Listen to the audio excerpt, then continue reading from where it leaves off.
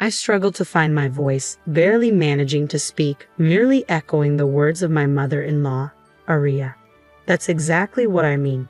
If it weren't for you, none of this would have happened. I do not acknowledge you as Noel's wife. You're not suitable. That's what I mean. Why? Why all of a sudden? Why say such things? I questioned, bewildered by the sudden onslaught of accusations. It's a problem that you've lied this long without understanding such things. Realize it. It's true what they say, children from low-level single-parent homes have issues. Seeing you has only reinforced that belief, Aria continued, her words cutting deep.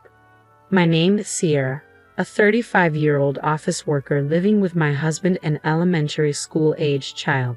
A family of 3. Since the beginning of my marriage, we've lived close to my husband Noel's family home. We maintained a good relationship while keeping a comfortable distance. The turning point in our relationship with father-in-law and Aria came a few years ago when father-in-law passed away after a long illness. Aria's grief at losing him was painfully evident. Considering Noel's commute, we planned to move, but seeing Aria's condition made leaving her alone worrisome. Noel and I discussed it many times. We decided to stay put until Aria's situation stabilized. That's when it started. Slowly but surely, Aria began to overstep our personal space. When father-in-law was alive, she never visited our home unnecessarily. She never came unannounced, not as far as I knew. But now, she suddenly started showing up without any notice. It began as a day or two, but recently she's at our house half the week. If only she gave prior notice, I could bear it. But entertaining Aria when she's so unpleasant is disheartening, especially since she only brings unpleasant conversations. Sierra, you're always home late, aren't you? Are you that busy with work? Are you taking proper care of Noel? Aria's words felt like barbs, each one piercing deeper. What exactly do you mean by proper care? I managed to interject. Just what I said. Are you serving nutritious meals and looking after his health? Aria's gaze pierced through me, demanding an answer. Noel is the pillar of our family, my precious son, I responded, trying to defend myself. Sierra, you're not just serving him frozen meals and hot deli food because you're short on time, are you? Aria's accusatory tone filled the room. I glanced at the freezer, feeling the weight of her judgment. Oh, well, not always, but sometimes yes. Not having time is just an excuse. Stop making excuses, Sierra. Show some responsibility as a homemaker in charge of your family's health. Aria lectured, her words like a relentless barrage. Aria, a longtime middle school teacher, always judged everything by her standards without considering others. Since a minor incident in middle school due to my family background, I've had a poor impression of teachers, including Aria. I couldn't say anything and just listen during her lectures, maybe seeming unreliable. But as Aria's behavior gradually changed, it became harder to bear. Before, she used to come unannounced to lecture or make snide remarks. But lately, she started bringing homemade meals, always in such large quantities that our family couldn't finish in one go, mostly Noel's favorites. At first, I thanked her for her efforts. Encouraged by this, Aria began bringing food daily. Sierra, I understand you're busy, but can't you come home earlier? The meals I prepare get cold because I can't get them inside. I want Noel to eat them while they're hot, Aria would say, her tone dripping with expectation. I'm sorry. I do want to come home early, but it's just a busy period at work right now, I'd explain, feeling the weight of guilt on my shoulders. But you say that, yet isn't it just that you're not good at your job? I heard on TV recently that people who are good at their jobs manage to leave on time. On the contrary, those who aren't good stay late and work overtime. It's like they were talking about you, Sierra. Aren't you, in fact, not good at your job? Aria's words stung, each one a sharp reminder of my perceived shortcomings. No, that's not it. I think I do my job well enough. I try to defend myself, but Aria's disapproving gaze made me feel small. I'm only making and bringing these meals because you always serve hot deli food. Don't you understand that if you come home late because of work, it's all for nothing? Don't you feel even a bit sorry for receiving all these meals I've made? Aria's frustration was palpable, her words hanging in the air like an accusation. I never asked her to cook for us. Neither did Noel. Of course, I thanked her and accepted the meals, but it was all Aria imposing her goodwill. It was a nuisance, albeit one I was grateful for. Then one day, Aria said something that pushed me to my limit. See, you're never home. When I visited, I suggested a solution to avoid wasting the meals Aria prepared. I think it's better if I also have a key to your house. That way, I can drop off the food anytime. Plus, with things being unsafe these days, I can quickly come over if something happens. Just ask Noel to give me a spare key, okay?"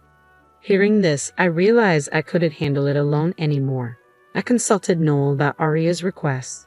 "Noel, I need to talk to you about your mom. I can't handle this by myself anymore." "What happened?" "Aria visits our house daily, always without any notice. I do my best to accommodate her when I can, but I can't always be available. I have my own schedule too," I explained. "Yeah, I get it. And now she wants a spare key to our house. It's hard enough as it is, but if she can enter when we're not home, that's unbearable. If we give her one, she might start coming over all the time. Just the thought is frightening. I'm sorry to speak this way about your mom. Seriously, Mom said that. I don't like the idea of her coming in with a spare key either," Noel responded sympathetically. "Okay, I understand it might be hard for you to say so. I'll talk to her clearly about it," Noel promised. I was glad I talked to Noel. The next day while I was at work, Aria called. "Sierra, what time will you be home today?" "What do you mean?" "Well, I made too much beef stew, Noel's favorite. I thought I'd bring it over. So what time will you be home?" "I see. In that case, I should be home a little after 7, so I'll definitely be there by 7:30. "All right, I'll come around then, thanks." It might have been the first time Aria called before visiting. Noel must have talked to her already. I was impressed by how quickly things changed. But honestly, I didn't just want her to call before visits. I wanted her to stop visiting altogether. That was my true wish. But for now, I was genuinely happy she called in advance. Aria's visit frequency didn't change, but she started calling beforehand. That alone significantly reduced my stress. However, after a while, I noticed something odd. I started running into Aria more often when I was out. At first, it was just a coincidence. I initially brushed off the frequent encounters with Aria as mere coincidence, whether it was during our family shopping trips on weekends while buying toys with my child, or unexpectedly running into her at the station on weekday evenings. It all seemed too much to attribute to chance. Yet, oddly enough, these chance meetings never led to anything more than brief exchanges of greetings and explanations of what we were doing.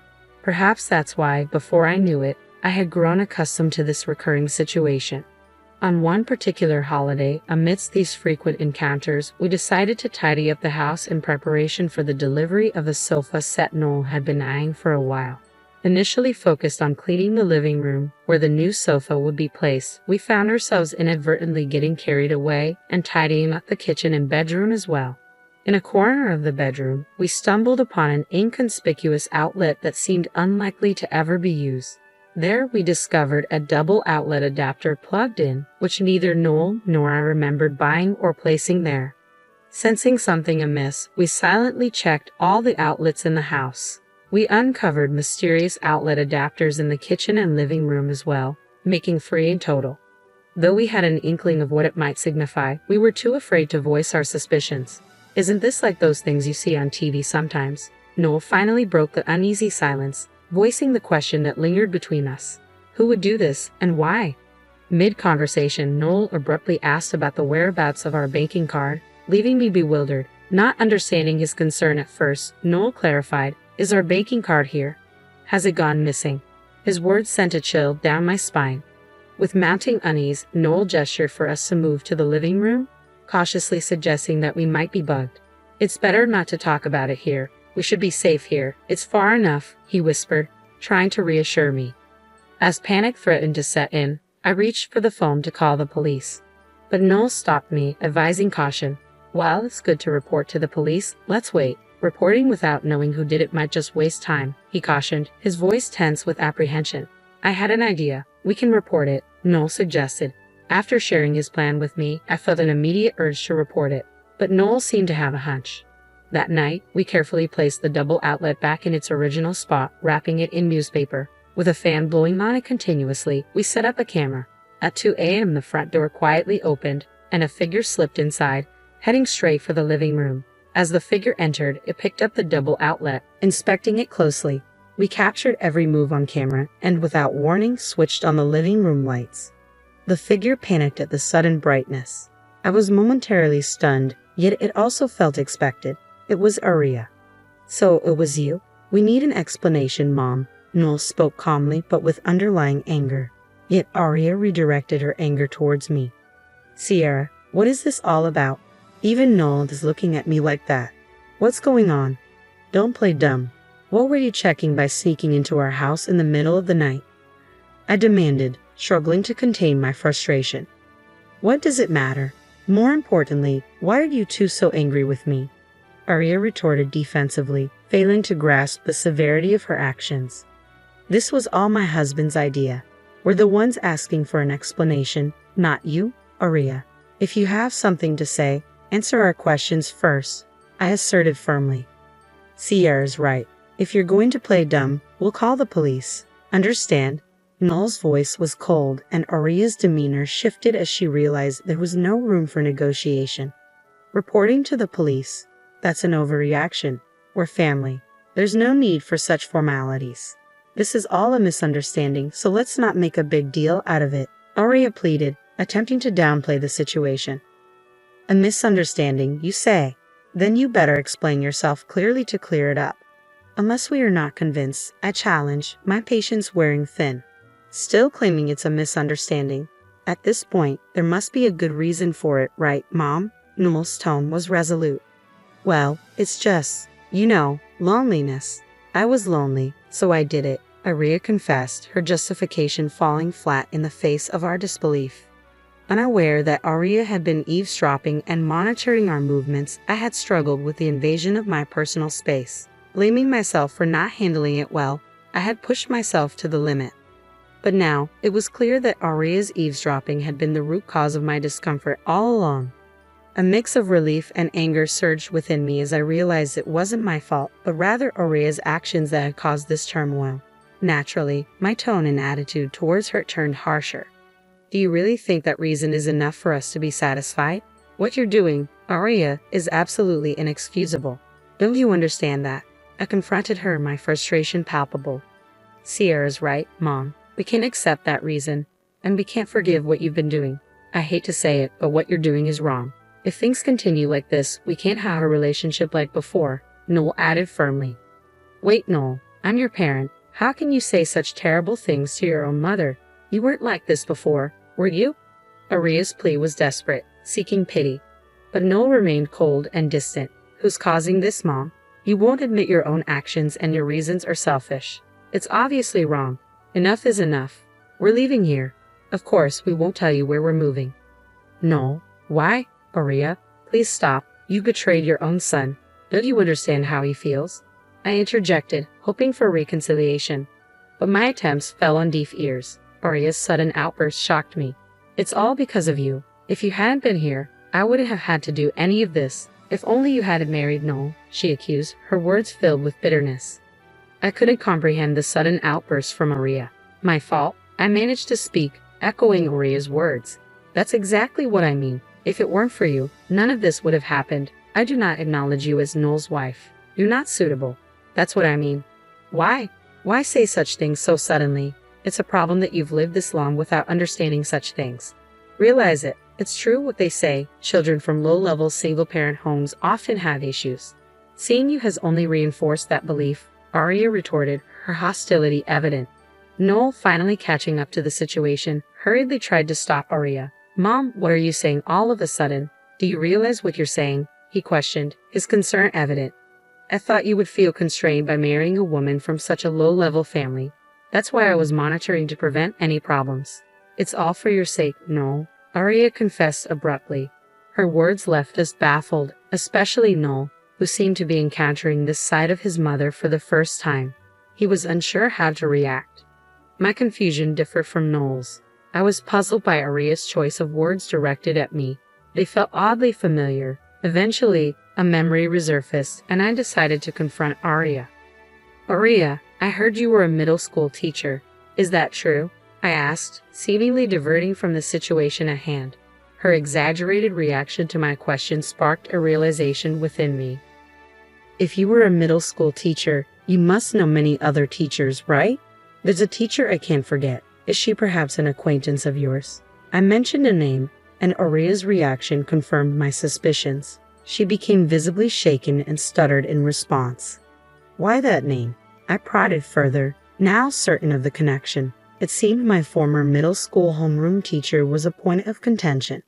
I thought so. It's connected. Seeing Aria's reaction, I was certain my suspicions were correct. The name I had mentioned was that of my middle school homeroom teacher. I explained. From your reaction, Aria, it seems you know her. Actually, I was treated terribly by that teacher and got into some trouble. It seems like you've heard about it, haven't you? I continued, unraveling the connection between Aria's actions and my past. The trouble with my former teacher was related to my family background. My parents divorced when I was in elementary school. I was taken in by my mom. I was told by my mom that the divorce was due to a personality clash, not because they hated each other. In fact, even after the divorce, my father and I kept in touch regularly. We even had family dinners together several times. Both my parents worked, but they had different life rhythms. There were many mismatches, so they decided it was better to live separately for both of their sakes, even though they were divorced. I didn't really feel constrained by my upbringing. However, my former homeroom teacher saw it differently. She labeled me as a problem child simply because I came from a single-parent family. Children from low-level single-parent homes are often problematic, she told me directly. No matter how much I tried to explain, she wouldn't listen. To make matters worse, she had a troublesome way of managing the class. She believed in uniting the class by targeting one student as the scapegoat. Unfortunately, I became that target because of my family background. I couldn't accept such reasoning and resisted desperately. However, as a middle schooler, resisting wasn't easy. When I was cornered beyond my capacity, I finally opened up to my parents. They acted quickly upon hearing my story, and there was an immediate discussion with the teacher. The issue was resolved swiftly. The teacher resigned as the class homeroom teacher and left the school unexpectedly the middle of the year. After confiding in my parents, I still vividly remembered the incident. It was a significant event in my life. So when Aria mentioned a former teacher, I reacted strongly. If she was acquainted with such a teacher, I could easily imagine what she had been told about me. But that didn't evoke any sympathy for Aria. I understood too well what she thought of me. Now, it seems, Aria, you didn't hear the whole story from your acquaintance. If you had, you wouldn't have done such a thing. I confronted her. Aria's attitude changed completely, realizing the gravity of the situation. No one could imagine being bugged by someone whose relative is a lawyer. It's obvious how dangerous that would be. I warned her sternly. Aria, overwhelmed by Noel's declaration, could barely respond. His decision to cut ties with her was final. The next day, at Noel's insistence, we reported the eavesdropping to my father and the police. Surprisingly, the former teacher had no knowledge of Aria's actions. However, given that the teacher's remarks had led to the situation, we demanded she never speak of it again. After ensuring all matters were resolved, our family moved, without informing Aria. As a precaution, we blocked Aria's contact information. Despite hearing about Aria's situation, I had no intention of forgiving her. I resolved to act as if Aria never existed, cherishing my family even more without her presence.